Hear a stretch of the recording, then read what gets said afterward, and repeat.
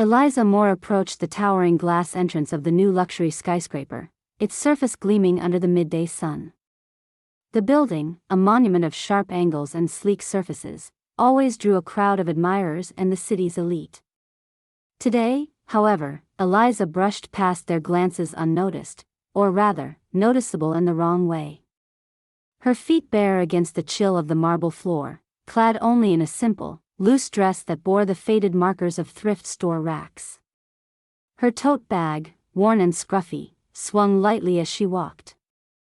There was no makeup on her face, just the clear skin of someone unaccustomed to the city's relentless emphasis on appearances. The scent inside told stories of polished wood and delicate floral arrangements placed as if in a gallery exhibit. Refined murmurs hovered in the air, a mix of hushed conversations and the faint hum of the building's climate control. Eliza quietly absorbed this atmosphere with a mix of awe and resolve, standing out sharply amid the sharply dressed elite. Her presence did not go unnoticed. The doorman, impeccably tailored in his dark suit, cast a contemptuous look her way. His eyes flickered from her bare feet up to her unassuming dress, lingering briefly on the worn tote, before settling on her posture, reserved but unyielding.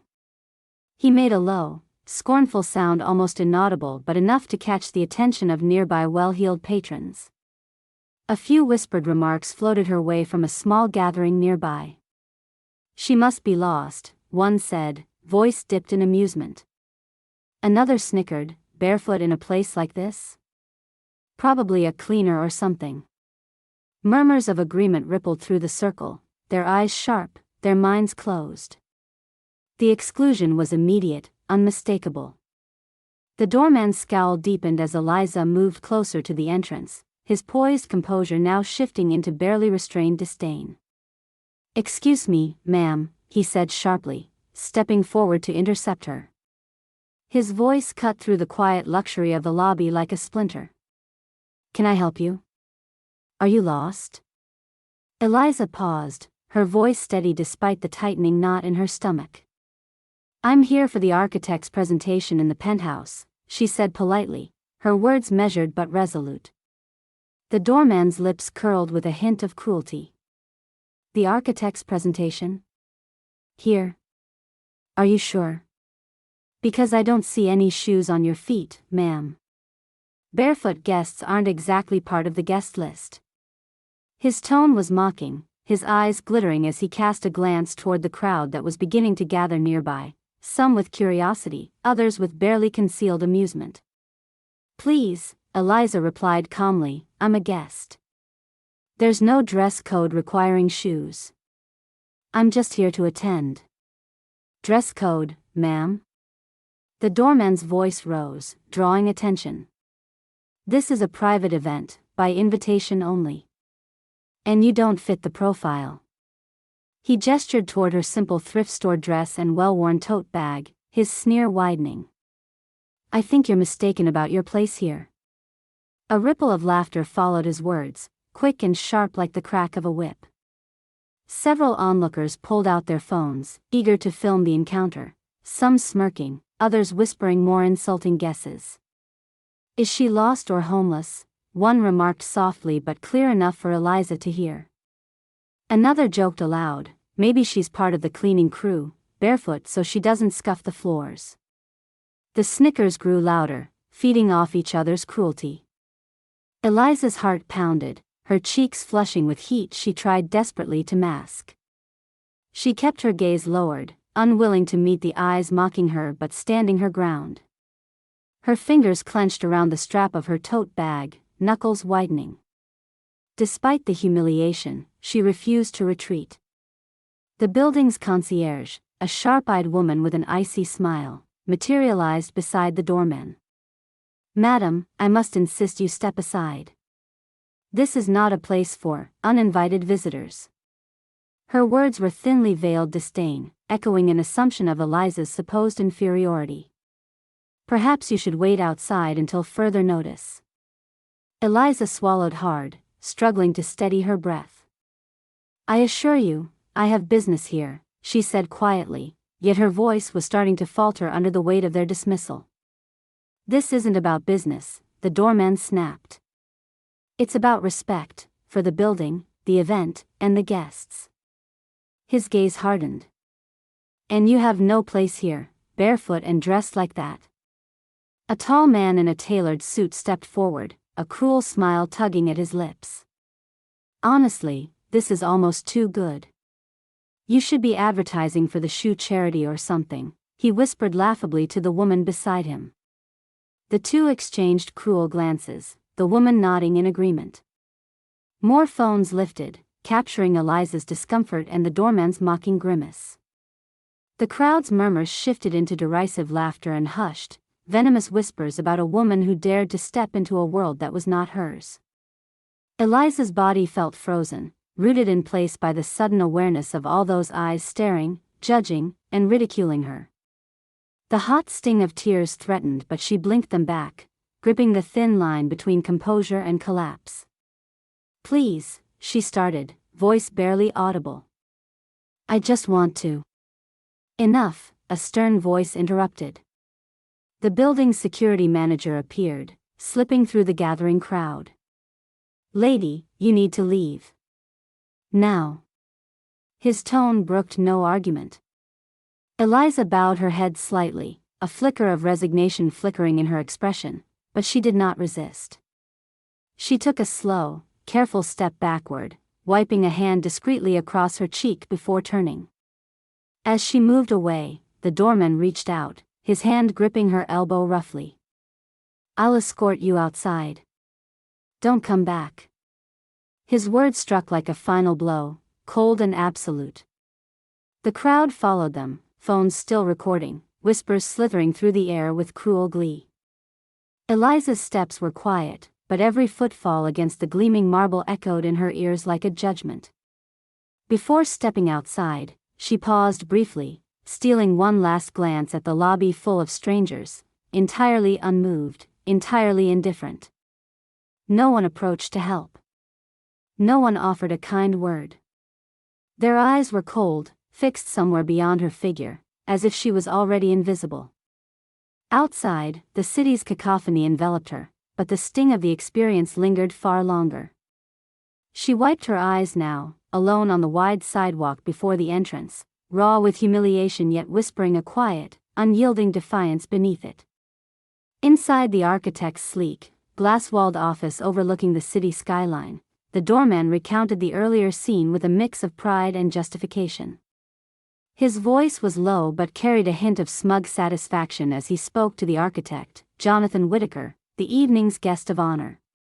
She came in barefoot, dressed like she couldn't afford proper shoes or a decent dress, the doorman said, his eyes gleaming with the certainty of someone convinced he had defended the sanctity of the building.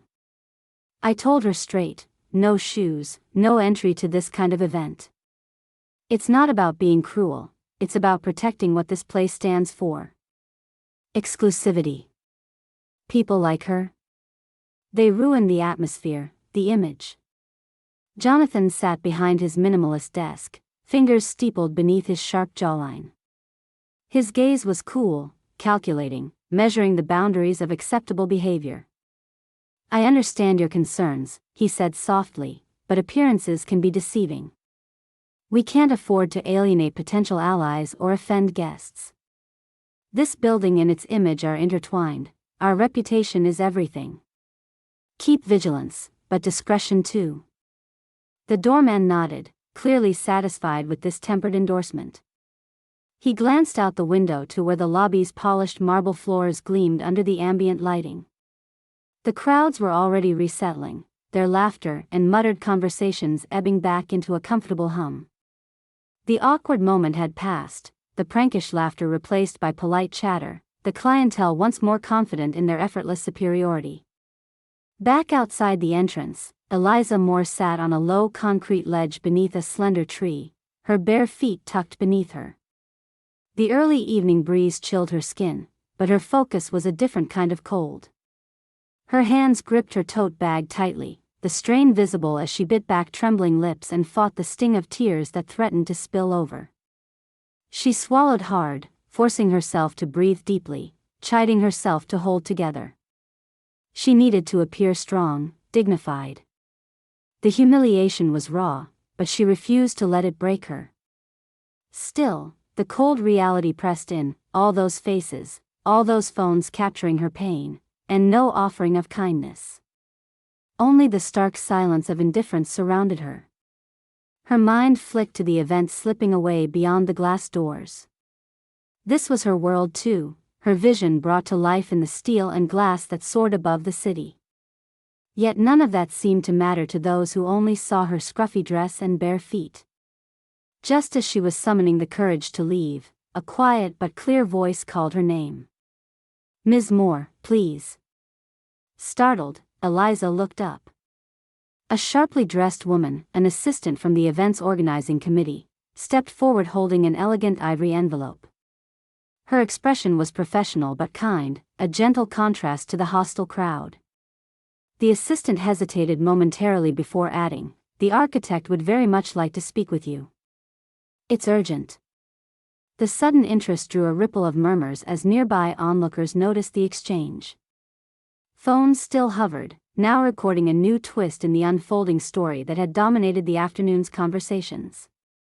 Eliza stood, brushing a stray lock of hair behind her ear. A flicker of tension mingled with cautious hope as she followed the assistant back through the entrance, stepping onto the gleaming floor she'd been forced to abandon earlier. Inside, the atmosphere shifted almost immediately. The laughter dimmed. Conversations faltered. A hush began to spread through the room as people instinctively turned their attention toward the tall, silver-haired architect standing quietly by his signature model of the soaring tower. Jonathan Whittaker's lips parted in a mix of surprise and silent affirmation when his eyes landed on Eliza's familiar figure. He stepped forward and whispered to his aide, "Is that really her?" The crowd caught the subtle exchange, and a ripple passed through the attendees. The doorman's confident smirk faltered into something closer to disbelief as eyes started to linger on Eliza. She was no longer just a barefoot stranger in degrading clothes. She was someone connected intimately to the very heart of the building and the event itself. Nearby, whispers started to swell, "That's the architect's muse, isn't it? She designed the entire building, didn't she? But why, dressed like that?" Guests who had openly mocked her moments before subtly lowered their phones or hid blushing faces behind small drinks. They shuffled awkwardly, suddenly unsure of their earlier judgments. Eliza's pulse quickened, but her composure remained intact. She walked calmly toward the architect, head held high despite the sudden spotlight. The sneering eyes now transformed into curious, wary glances. Jonathan extended a hand, and Eliza accepted it with quiet grace. She had prepared herself for challenges, but now faced an audience that was grappling with their own shock and embarrassment. The architect leaned slightly closer and murmured, "I never thought you'd come like this. Barefoot, of all things." Eliza smiled softly. "I was away on a retreat, Jonathan. I made a choice to leave behind the expected airs, even for this night. I wanted to be true, to myself and to the work, not to appearances." Her words hung in the air, a subtle rebuke to the shallow judgments that had plagued the evening. A shared understanding appeared between them. The building was not just steel and glass but an extension of her vision, her values. The guests' murmurs shifted again, some nodding thoughtfully, others exchanging embarrassed glances. Behind the scenes, the doorman watched helplessly, the certainty of his exclusive world cracking under the weight of a quiet defiance he had never anticipated. The event continued, but the tone had changed irreversibly. Eliza had stepped back into the light, but this time on her own terms, her bare feet touching ground that marked not her exclusion but her rightful place. The room fell into an expectant hush as Eliza Moore, led by the assistant, made her way toward the center of the penthouse lounge. The architect's presentation scheduled for the evening had been interrupted by an unexpected moment, one that now held the entire crowd captive. Faces that had barely noticed her presence before prepared for a revelation. Jonathan Whittaker stepped forward, commanding the space with quiet authority. "Ladies and gentlemen," he began, his voice steady and clear, I would like to introduce to you the visionary whose creativity and steadfast spirit shaped every line and curve of this building, Eliza Moore. A pause followed, allowing his words to settle. This is the woman behind the design you see all around you tonight. Gasps and murmurs rippled through the room like a gentle wave, spreading from one corner to the next. Eliza stood with calm dignity, her bare feet firmly rooted on the polished floor but her posture unwavering. The stark contrast between her unpretentious appearance and her astonishing accomplishments sparked a surge of stunned silence. The doorman, who had earlier scoffed openly, stared in disbelief. His mouth hung slightly open, struggling to form any response. Nearby guests, some clutching half-drunk cocktails, exchanged bewildered and guilty glances. Their earlier scorn faltered under the weight of this new reality. "Wait," a woman in a tailored suit whispered incredulously to her companion. "Is she really the genius we've all been applauding tonight?" "Yes," the companion replied, eyebrows raised in surprise. "All along, she's been right here, unnoticed. Barefoot, nonetheless." Smartphones that had been poised to capture derision moments ago now lowered with a mixture of shock and reverence. Some faces flushed as they recalled their unkind comments, while others scrambled awkwardly, murmuring apologies or avoiding eye contact altogether. Eliza's gaze remained steady, her expression composed and serene. She understood the power of this moment. There was no gloating, no triumph in her eyes, only unshakable grace that left the room breathless.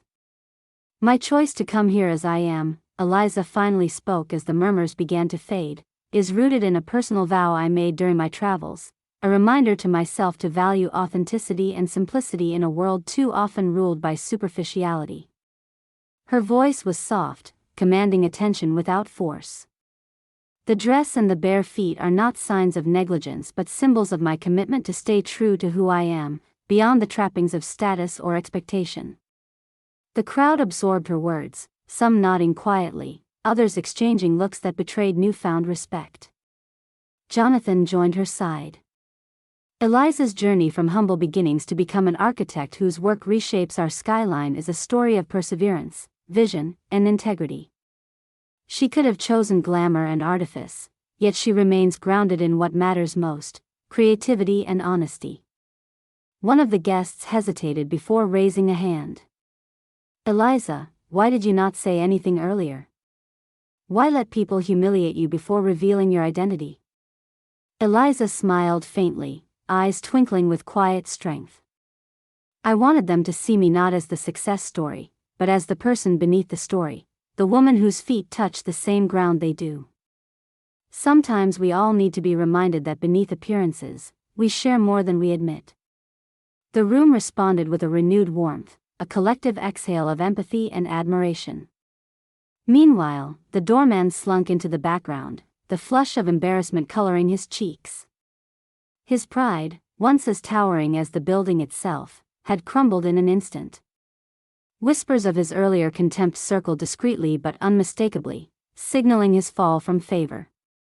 Guests who had previously shunned Eliza approached now with tentative smiles. Some offered apologies, others sought a moment of recognition or an autograph. Yet, Eliza met them all with poised kindness, never cold, never dismissive, reminding everyone that grace was not reserved for shined shoes or tailored jackets. An enthusiastic young attendee asked to take a photo, and Eliza nodded. The snapshot captured a woman whose simple appearance belied an undeniable strength, a symbol of quiet revolution in a place defined by status. As the evening carried on, the mood transformed. Conversations deepened, focusing suddenly on the meaning of inclusion, humility, and the courage to define success on one's own terms. Eliza's story became the evening's true highlight, eclipsing even the glittering unveiling of the architectural masterpiece. Jonathan, watching the scene unfold, glanced at her with a proud smile. In this glowing moment, the building was no longer just a structure of steel and glass, it had become a monument to resilience, authenticity, and the power of understated brilliance. The place, once marked by whispered exclusion and scorn, was now forever changed. The evening closed not with applause for the architect alone but with respect and awe for the woman who walked barefoot through a world that had tried to keep her outside, and went on to inspire them all. The atmosphere in the penthouse lounge shifted palpably when Jonathan Whittaker stepped forward, his gaze unwavering as he addressed the crowd. "Ladies and gentlemen," he said with quiet authority, "what transpired earlier with Ms. Moore and our doorman is unacceptable." His voice, steady yet tinged with disappointment, silenced the lingering murmurs. "This event will momentarily pause, and I must ask for your patience." Turning toward the doorman, whose shoulders had stiffened in discomfort, Jonathan continued, "You failed to uphold the respect and dignity every guest deserves. Your assumption and behavior violate the very values this building represents." There was a hardened resolve in his eyes. "This ends now. Our doorman will be relieved from his duties immediately." The doorman paled, his confident smugness cracking into shame and disbelief. The crowd's expressions shifted. Whispers turned to pointed glances, some guests crossed their arms in silent judgment, others exchanged knowing looks that spoke volumes about solidarity with Eliza. The man who had been so quick to judge now found himself isolated, his previous social standing eroding rapidly. As the doorman was politely but firmly guided out by security, a palpable wave of approval rippled through the guests. Heads nodded subtly, acknowledging the necessary correction. The architect's decisive stance calibrated the event's tone, replacing earlier mockery with a renewed spirit of inclusion. Outside the gathering, news of the incident had already begun circulating on social media. Clips from phones showed the doorman's condescending remarks juxtaposed against Eliza's unwavering composure. The narrative was clear, a moment of prejudice met with grace and truth. Within the next day, the doorman's conduct sparked widespread criticism online, his unprofessionalism becoming a cautionary example in hospitality circles. As a result of the backlash, the building's management publicly announced his demotion and mandated that he complete sensitivity and customer service training before any consideration of reinstatement. The firm's statement emphasized a commitment to fostering welcoming environments that celebrate diversity rather than shun it. Meanwhile, Eliza continued her keynote presentation, her presence commanding the room with an aura far more potent than any spotlight. The guests listened attentively as she discussed the philosophy behind her design, how structures could mirror human resilience and authenticity. In the following days, Eliza crossed paths with the disgraced doorman once more. It happened in a quiet hallway near the building's service entrance, far from the glitz of the penthouse. The man's eyes dropped reluctantly as she approached. "Ms. Moore," he muttered, voice low and hesitant. There was a flicker of shame there, a recognition of his own failings. Eliza offered a brief, enigmatic smile. She did not speak harsh words, there was no need. Her calm demeanor held both forgiveness and the quiet reproach that often speaks louder than confrontation. He nodded slightly, the gesture heavy with unspoken apology, before moving away with a newfound humility. The building itself seemed altered by her presence and the events of that night. Where once the lobby echoed with whispers of exclusion, a subtle but widespread shift unfolded. Security staff approached visitors with greater openness, conversations sparkled with newfound warmth, and the doorman's absence was noticed but no longer mourned.